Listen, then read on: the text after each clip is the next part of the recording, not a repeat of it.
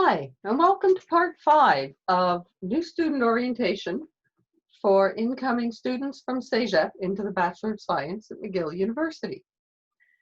In this installment of the orientation videos, I would like to talk a little bit about academic integrity. As usual, my name is Nicole Allard. I'm the Director of Advising Services for the Faculty of Science here at McGill University. So what do we mean by academic integrity? We're talking about the honesty with which you do your work and the honesty with which you interact with other people here at McGill, your colleagues, your fellow students, professors, advisors, basically everybody. We're talking about that relationship of trust that builds when we're all honest and open with each other when it comes to our academic pursuits. And as we know, honesty is the basis of science. Science is about doing research, discovering things, and reporting it to the rest of the world so we can all learn from it and grow from that research to even bigger and more and better things and contribute, building on each other's work. And if we're not always honest about what we've done and how we've done it when we're reporting it and when we're publishing it, I mean, the impact could be catastrophic on science if we weren't being honest with each other and telling each other what we've done, how we've done it, so we can build and learn from each other. It's the essential foundation of everything about science, the scientific method, and the way we learn from each other and build on each other's work. It's also the foundation of how we learn and interact with our professors and submit work and acquire our degree. It really is foundational to everything. And when you think about it, that honest relationship between you and the professor is how you learn. A professor needs to know what you haven't learned or haven't really completely understood so that they can explain it to you better, they can help you to learn it more.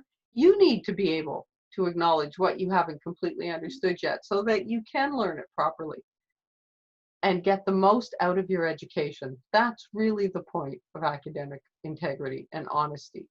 It goes both ways. We do our best to be honest and open and real with you, and we expect you to do the same with us. And when a student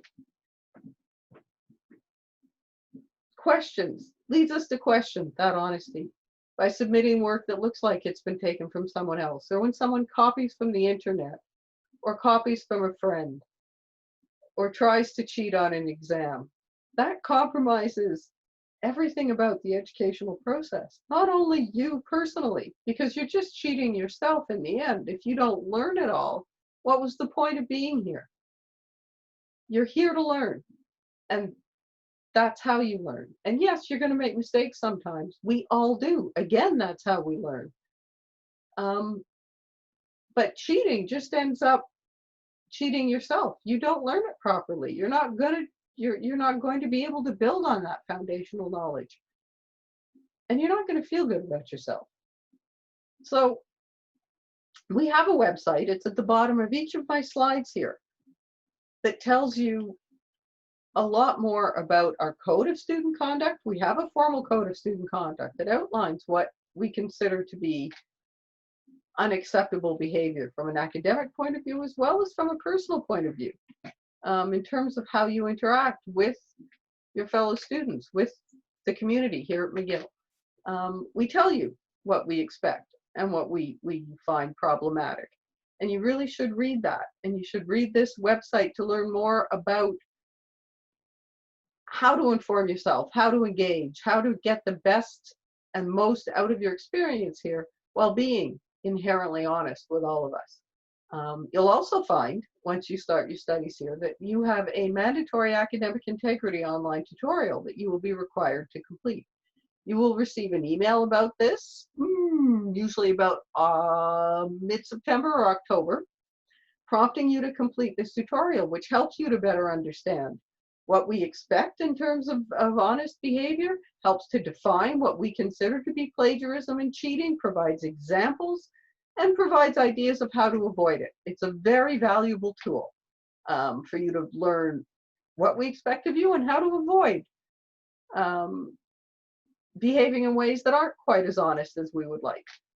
So I definitely encourage you to do this. Basically, you have to do it anyway. If you don't complete it by the end of the fall semester, a hold will be put on your record. You won't be able to add or drop courses until you do complete it.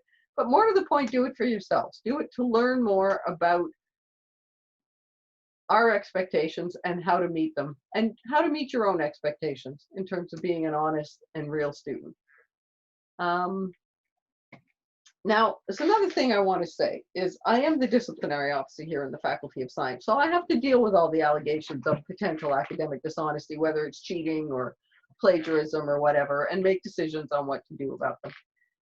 And I can tell you quite honestly that one of the things I've definitely learned is none of you is inherently dishonest. None of you sets out to cheat. Nobody comes to university and says, I think I'll cheat my way through. That just doesn't happen. But sometimes when we're feeling overwhelmed, we make unfortunate decisions. You've got too many deadlines, you don't know how to meet them, you're feeling overwhelmed by the requirements, you don't know how to write this paper, you're worried about looking dumb, you're worried about being judged. There's all kinds of reasons where you might end up making the wrong decision. You might, in a moment of stress or panic, decide that you should copy this, or you should do something that's less than honest. I understand that. We all make mistakes. But the best thing to do is think about what you're doing before you do it. There's always an alternative. If a paper's due tomorrow and you're not sure what to do, and you're thinking, maybe I should just buy one off the internet or cut and paste, is it really worth it? When what you could do is email the professor and ask for an extension. Even if you don't get an extension, you might lose a few marks if you submit it 2 days late, but it'll be your work. There's always those alternatives. And if you're feeling panicky and overwhelmed and you don't know what to do, contact your advisor. What am I going to do? I got too much on my plate. Sometimes there are other ways around it. Sometimes professors just give you extensions. They give you deadlines. Maybe you should consider withdrawing from the course if you're overwhelmed. There's a lot of options and other things you can do, but you have to let us know. We understand that this can be the reason underlying doing these things, but unfortunately that doesn't change the outcome. So please, if you're feeling overwhelmed, contact us, tell someone. There are many, many resources here at McGill to help you out. But we do take academic integrity seriously. So please inform yourselves, do that tutorial, and let us know if you need help. We'll be happy to help. Okay, great. Thank you.